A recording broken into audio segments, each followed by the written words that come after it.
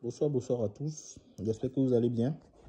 Bienvenue aujourd'hui pour un nouveau débrief encore concernant le Barça. Franchement, ça me saoule moi-même, franchement. Je vais être franc avec vous de parler de cette équipe-là. Franchement, c'est vraiment triste ce qui arrive au Barça. Et moi-même, je suis tourné vers la saison prochaine parce que, franchement, la pilule est amère. Elle est vraiment amère à avaler. Je ne sais pas comment vous décrire cette équipe-là, hein. Parce que c'est un problème de direction, il faut le dire, il faut qu'on se dise la vérité. Le Barça a un véritable problème de direction. Franchement, parce que j'ai l'impression que Laporta n'arrive pas à prendre des décisions. Il a vraiment peur de se dédier. Voilà, il a vraiment peur de se dédire. Et ça, c'est grave. Ça, c'est vraiment grave parce que tu peux prendre des décisions. Un homme peut se tromper dans les décisions qu'il prend. Mais le fait de se rattraper des décisions qu'on a prises permet de sauver en fait toute une vie aussi. Ça peut sauver toute une vie, toute une saison aussi, comme on parle du Barça. Voilà, parce que c'est vraiment décevant.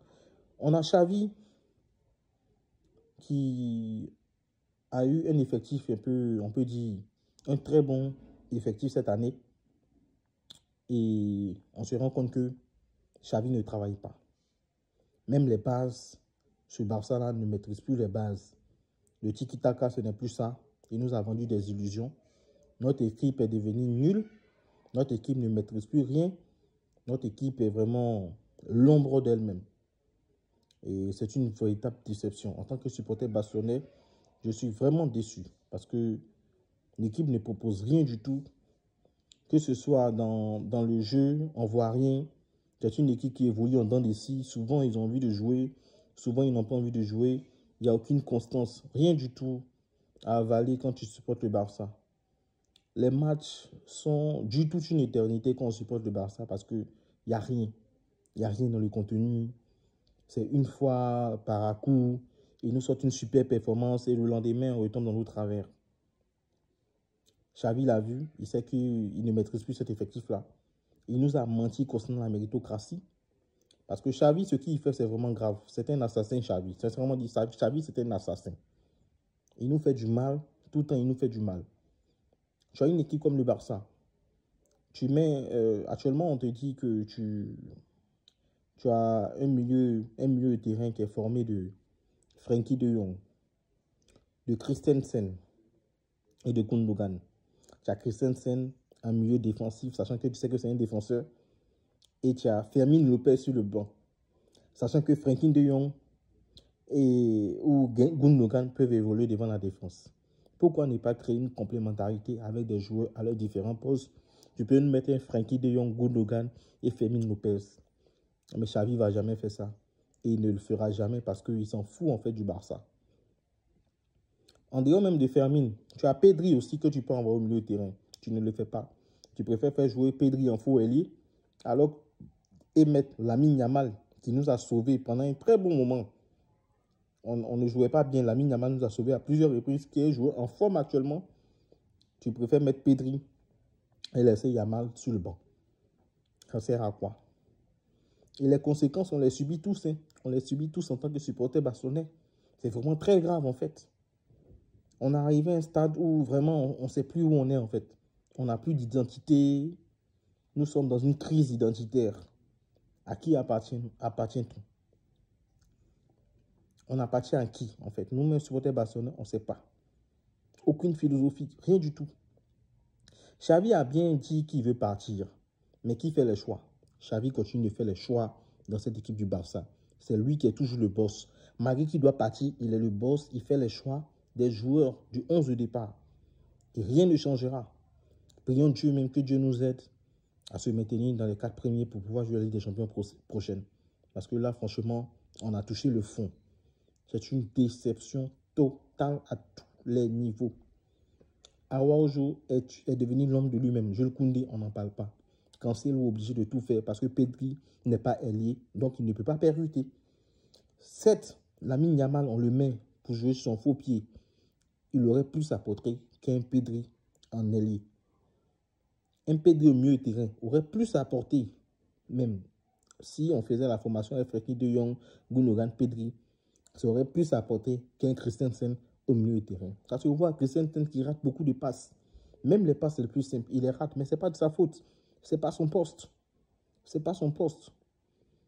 Tu mets Koubarsi en défense, il joue bien.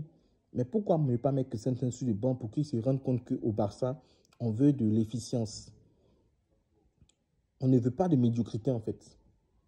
Moi, franchement, je suis complètement déçu, quoi, parce qu'on ne va pas continuer de supporter une telle équipe qui va nous servir une telle salade, franchement. Le Barça n'est plus tranchant. Il n'y a plus rien, en fait, dans le contenu. Qu'est-ce qu'on va analyser? Qu'est-ce qu'on devient? Non, la question, on le pose à Laporta. Qu'est-ce qu'on devient? Qu'est-ce qu'on devient? Parce que ça ne va vraiment pas dans l'équipe. Ça ne va vraiment pas. Tout le monde est nul, ça ne va pas. Je ne sais pas où on va, en fait. Quels sont nos objectifs, en fait, cette saison? Parce que Laporta, là, il va falloir le soumettre. Hein. Franchement, on va le mettre face à ses responsabilités. L'idéal serait de chasser Xavi dès maintenant. Même si on joue avec un intérimaire pour la fin de saison, c'est mieux. Pour que les joueurs... on peut avoir un déclic. On change de coach ou on prend un autre coach. C'est vrai, on va dire les finances, c'est pas trop ça. Mais on peut prendre un autre coach. Napoli l'a fait. Ça commence à aller. Hein? L'Olympique Lyonnais, beaucoup d'équipes l'ont fait. Ça commence à aller. Même si ce n'est pas comme on le veut, mais la mayonnaise, ça, on ne sait jamais. Il peut y avoir ce déclic-là. Mais non, nous les Catalans, on ne prend pas de responsabilités. On est toujours dans la bassesse. Xavi nous fait la salade. Contre Bilbao, les planètes étaient alignées en fait pour que hier, nous réussissions à relancer la Liga. Défaite de Girone contre Mallorca. Le Real Madrid qui se prend un 2-2 contre l'équipe de Valence. C'était une aubaine pour nous de pouvoir récupérer en fait la deuxième place et titiller le Real Madrid. Pourquoi pas? Parce que dans quelques semaines, on a le Classico. Pourquoi ne pas revenir au premier plan? On pourrait relancer notre saison sur ce coup-là. Mais rien, contre Bilbao, le Barça vient faire le match nul. Voilà. On pouvait, même ce match même pourrait continuer jusqu'à demain matin. On n'aurait rien eu. Donc, franchement, je suis fatigué. Hein. Alors, on va parler un peu du Real Madrid, de ce qu'il y a eu comme Real Madrid et Valence. La polémique du Real Madrid contre Valence, moi, je le dis toujours. Ça ne sert à rien de parler des émotions. Il ne faut pas les gens rentrer dans les émotions. Quand les choses arrivent au Real Madrid, ça fait tout un plat. Les gens vont payer ça partout. Alors que quand c'est le Real Madrid, le litige est contre une autre équipe qui affronte le Real Madrid, alors là, ça devient normal en fait. Il faut arrêter, arriver à un moment donné. Il ne faut pas accuser l'arbitre parce que je ne sais pas si les gens regardaient la première période. En première période, dans les temps additionnels, Valence avait une action de jeu dans les temps additionnels. Et il y avait même une suspicion de main de Cavara, tout ça dans la surface. Mais malgré tout ça, c'est parce que l'arbitre avait sifflé avant qu'il y ait la main de Cavara dans la surface. Personne n'en a fait une polémique. Personne n'en a fait tout un tas. À la fin du match, l'arbitre a bel et bien sifflé avant que le Real sente le ballon. Et on vient nous dire que non, il devait laisser l'action continuer. Quel est le texte? Je vous pose la question. Dites-moi, quel est le texte clair qui dit que lorsque nous perdons du temps dans le temps additionnel, lorsque nous perdons le temps dans le temps additionnel, je précise bien temps additionnel, on doit laisser, s'il y a une action, laisser se prolonger. Voilà. Ou bien soit prolonger le temps additionnel. Parce que le temps additionnel était déjà fini. Hein. Là, on est tous d'accord dessus. Mais quel est le texte qui dit qu'on doit prolonger ce temps additionnel-là? Sortez-le-moi. Sortez-le-moi. Il n'y en a pas en fait. L'arbitre est le maître du temps additionnel. Parce que c'est lui qui donne le temps additionnel. Il n'est pas le maître du temps réglementaire. Parce que le temps réglementaire est déjà connu de tous dans le monde entier. S'il siffle pendant le temps réglementaire, alors que le temps réglementaire n'est pas arrivé à bout, là, il est en faute. On peut le poursuivre. On peut même le suspendre en fait. Mais dans le temps additionnel, c'est l'arbitre, le maître du temps additionnel. Si le temps additionnel est arrivé, il est dans ses droits de siffler à n'importe quel moment qu'il veut. Si le temps additionnel qu'il a donné est écoulé, peu importe la situation. Voilà. Il n'y a pas de texte écrit quelque part, il n'y a pas de texte qui permet de trancher. Donc, s'il n'y a pas de texte, s'il n'y a pas de loi, ça veut dire que c'est faisable. Parce qu'il n'y a pas de loi. Le pour, comme le contre aussi, c'est faisable. Voilà, donc le Real Madrid a fait un 2-2, mais malheureusement, on n'a pas su profiter. Et c'est le football, voilà. Je vous remercie tous. Il y a quoi, mes frères barcelonais? Nous souffrons. On espère que il y aura une prise de conscience. Voilà, sur ce, je vous remercie. Bisous à tous. À la prochaine. Je vous aime. Force à Barça. Blaugrana à la vie.